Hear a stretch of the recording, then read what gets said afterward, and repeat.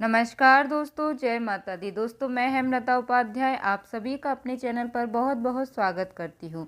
दोस्तों, आप सभी को संकट चौथ की बहुत बहुत शुभकामनाएं। वंदन है चौथ माता, जग की पालनहारी, संतान के संकट हरने वाली, कृपा की अधिकारी। जहाँ माता के नाम का दीपक जलाया जाता है, वहाँ पर कष्ट मिटाकर सुख का दीपक जगमगाता है। चौथ माता का आशीष हर मन को संजीवनी देता है। भक्तों की अरज सुन संकट हर पग में टाल देता है। दोस्तों, संकट चौथ के दिन जो व्यक्ति संकट माता की कथा सुनता है अथवा पढ़ता है, वह जीवन में सुख पाता है। संतान की रक्षा का माँ वचन स्वयं निभाती हैं। माता सभी के संतानों की रक्षा करे और सभी के घर में खुशहाली के भंडार भरे। चौथ माता का वंदन जो संतान की रक्षा और भक्तों के जीवन में सुख समृद्धि लाने वाली है। कहते हैं, जहाँ चौथ माता की पूजा होती है, वहाँ पर संकट स्वयं ही दूर हो जाता है। माता का आशीर्वाद संतान को दीर्घायु और सुखद भविष्य प्रदान करता है। चौथ माता की कथा सुनने और व्रत करने से संतान पर आने वाला हर संकट टल जाता है और घर परिवार में आनंद और खुश समृद्धि का वास होता है। चौथ माता अपने भक्तों की हर प्रार्थना सुनती हैं और उनकी सारी मनोकामनाओं को भी पूरा करती हैं। ऐसी कृपालु और ममतामयी माता का स्मरण कर हम सभी उनके चरणों में श्रद्धा से नमन करते हैं। तो आइए दोस्तों, अब हम श्रद्धा और विश्वास के साथ चौथ माता की पवित्र कथा को श्रवण करेंगे और उनका आशीर्वाद प्राप्त करेंगे। दोस्तों, संकट चौथ की कहानी सुनने से पहले हम आपको बताएंगे चौथ माता प्रकट कैसे हुई थी। चौथ माता का व्रत संतान और पति की लंबी आयु की कामना से किया जाता है। मान्यता है दोस्तों कि सवाई माधोपुर में चौथ माता ने यहाँ के राजा को दर्शन दिए थे। कहते हैं कि इस मंदिर की स्थापना राजा भीम सिंह ने कराई थी। लोक मान्यता है कि देवी चौथ माता ने स्वप्न में राजा भीम सिंह चौहान को दर्शन देकर यहाँ अपना मंदिर बनवाने का आदेश दिया था। राजा एक बार बरवाड़ा से संध्या के समय शिकार पर निकल रहे थे। तभी उनकी पत्नी रत्नावली ने उन्हें टोका, लेकिन भीम सिंह ने यह कहकर उनकी बात को टाल दिया कि चौहान एक बार सवार होने के बाद शिकार करके ही नीचे उतरते हैं। इस तरह अपनी रानी की बात को अनसुना करके राजा भीम सिंह अपने कुछ सैनिकों के साथ घनघोर जंगलों की तरफ चले गए। राजा रानी के मना करने के बाद भी शिकार को चले गए। शाम ढलने पर उन्होंने वहां एक हिरण को देखा। सभी उस हिरण का पीछा करने लगे। थोड़ी ही देर में रात हो गई। रात होने के बावजूद भी भीम सिंह उस हिरण का पीछा करते रहे। धीरे धीरे वह हिरण भीम सिंह की नज़रों से ओझल हो गया और अब तक राजा के साथ सैनिक भी रास्ता भटक चुके थे। राजा अब सैनिकों से बिछड़ चुका था। अकेले में राजा विचलित हो गया। अब उसे भटकते भटकते बहुत जोर से भूख और प्यास लगने लगी। प्यास के मारे उसका गला सूखने लगा। उसने इधर उधर पानी की तलाश की, लेकिन पीने को पानी नहीं मिला, जिससे वह प्यास से मूर्छित होकर जंगल में ही गिर पड़े। तब मूर्छित अवस्था में भीम सिंह को पचाला तलहटी में चौथ माता की प्रतिमा दिखने लगी। कुछ देर के बाद उन्होंने देखा कि भयंकर बारिश होने लगी और बिजली का कड़कने लगी। मूर्छा टूटने पर राजा को अपने चारों तरफ पानी ही पानी नजर आया। घनघोर जंगल में कोई भी नहीं था। तभी यह चमत्कार हुआ कि वहां पर पानी आ गया। राजा ने पहले पानी पिया, फिर वहीं अंधकार भरी रात में एक दिव्य और कांतिमान बालिका पर उनकी नजर पड़ी। वह कन्या उस समय खेल रही थी। राजा ने उस कन्या को इस भीषण वन में देखा तो पूछा कि बालिके, तुम इस जंगल में अकेले क्या कर रही हो? तुम्हारे माँ बाप कहाँ पर हैं? कन्या ने तोतली वाणी में कहा, हे राजन, तुम यह बताओ कि तुम्हारी प्यास बुझी या नहीं। ऐसा कहकर वह कन्या अपने असली देवी रूप में आ गई। तब राजा उनके चरणों में गिर पड़ा और कहने लगा, आदिशक्ति महामाया, मुझे आपसे कुछ नहीं चाहिए। अगर आप मुझ पर प्रसन्न हैं तो हमारे प्रांत में ही हमेशा निवास करें। तब तथास्तु कहकर वह देवी अदृश्य हो गई। राजा को उनकी जगह पर वहां चौथ माता की एक प्रतिमा मिली। उसी चौथ माता की प्रतिमा को लेकर राजा बरवाड़ा की ओर लौट पड़ा। बरवाड़ा पहुंचते ही राजा ने राज्य में पूरा हाल कह सुनाया।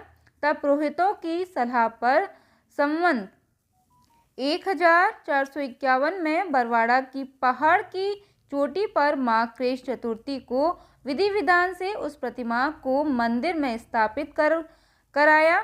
ऐसा कहा जाता है कि तभी से आज तक इसी दिन यहाँ चौथ माता का मेला लगता है। संकष्टी चतुर्थी हो या करवा चौथ का व्रत हो, लोग भारी संख्या में यहाँ पर मंदिर में दर्शन करने के लिए आते हैं और भक्तों को चौथ माता पर पूरा विश्वास होता है। कहा जाता है कि यह मंदिर विशेष तौर पर विवाहित जोड़ों के लिए है। सुहागिन स्त्रियां करवा चौथ के त्योहार के अवसर पर यह अपनी सुहाग की रक्षा के लिए प्रार्थना करती हैं। मान्यता है कि दोस्तों कि चौथ माता देवी गौरी का ही रूप है और इनकी पूजा करने से अखंड सौभाग्य का वरदान भी मिलता है। साथ ही दाम्पत्य जीवन में भी सुख बढ़ता है और परिवार के सभी सदस्य भी सुखी और निरोगी रहते हैं। संतान की उम्र लंबी होती है और चौथ माता की कृपा से परिवार में कभी कोई विपत्ति नहीं आती। चलिए दोस्तों, अब हम सुनते हैं चौथ माता की प्राचीन कथा के अनुसार एक सेठ सेठानी थे। उनके एक बेटा और बहू थे। बहू सबको भोजन करा के फिर स्वयं भोजन करती। एक पड़ोसन ऐसी भी थी जो रोज पूछती कि बहू आज क्या बनाया खाया है। बहू कहती ठंडो बासी। एक दिन उसके पति ने ऐसा सुनकर विचार किया कि आज तो पकवान बनाए जाएं, फिर देखें कि मेरी पत्नी क्या कहती है। उसने तरह तरह के पकवान बनवाए और घर के सभी लोगों ने एक साथ बैठकर भोजन किया। आज भी पड़ोसन ने पूछा तो बहू ने कहा ठंडो बासी। सेठ के लड़के ने सोचा हो ना हो कोई बात अवश्य है जिससे कि मेरी पत्नी ऐसा कहती है। उसने पत्नी से पूछा तुम रोज ठंडो बासी खाया ऐसा क्यों कहती हो, जबकि अपन सब ने एक साथ बैठकर कई तरह के पकवान खाए। उसकी पत्नी बोली अपन जो खा रहे हैं वह आप बूढ़ों की कमाई है। जिस दिन आप कमा कर लाओगे उस दिन मैं समझूंगी कि ताज़ा भोजन कर रहे हैं। अब एक दिन लड़की ने माँ से कहा मैं एक बड़े शहर में कमाई करने जा रहा हूँ। माँ बोली बेटा अपने पास इतना धन है कि खाया नहीं खुटेगा। माँ के मना करने पर भी बेटी ने स्वयं कमाने का दृढ़ निश्चय कर लिया और जाते समय पत्नी से कहा मैं जब तक कमाकर बहुत सा धन लेकर ना आऊं तुम चूल्हे की आग मत बुझने देना। एक दिन चूल्हे की आग बुझ गई तो वह मन ही मन घबराने लगी, कहीं मेरे पति पर कोई संकट तो नहीं आन पड़ा। जल्दी से पड़ोसन से आग लाकर चूल्हे में रख दूं। ऐसा विचार करके पड़ोस में गई। वहाँ पड़ोसन चौथ माता का व्रत पूजन कर रही थी। पड़ोसन ने कहा थोड़ी देर में आकर ले जाना। बहू ने पड़ोसन से पूछा आप यह व्रत क्यों करती हैं, इससे क्या मिलता है। पड़ोसन ने कहा चौथ माता के इस व्रत को करने से अन्न लक्ष्मी मिले और अपनी मनोकामना पूरी हो। अब बहू भी चौथ माता का व्रत करने लगी। दीवार पर चौथ माता बनाई। उस दिन घी गुड़ का चूरमा बनाकर रात्रि को चंद्रमा को अर्घ्य देकर भोजन करती।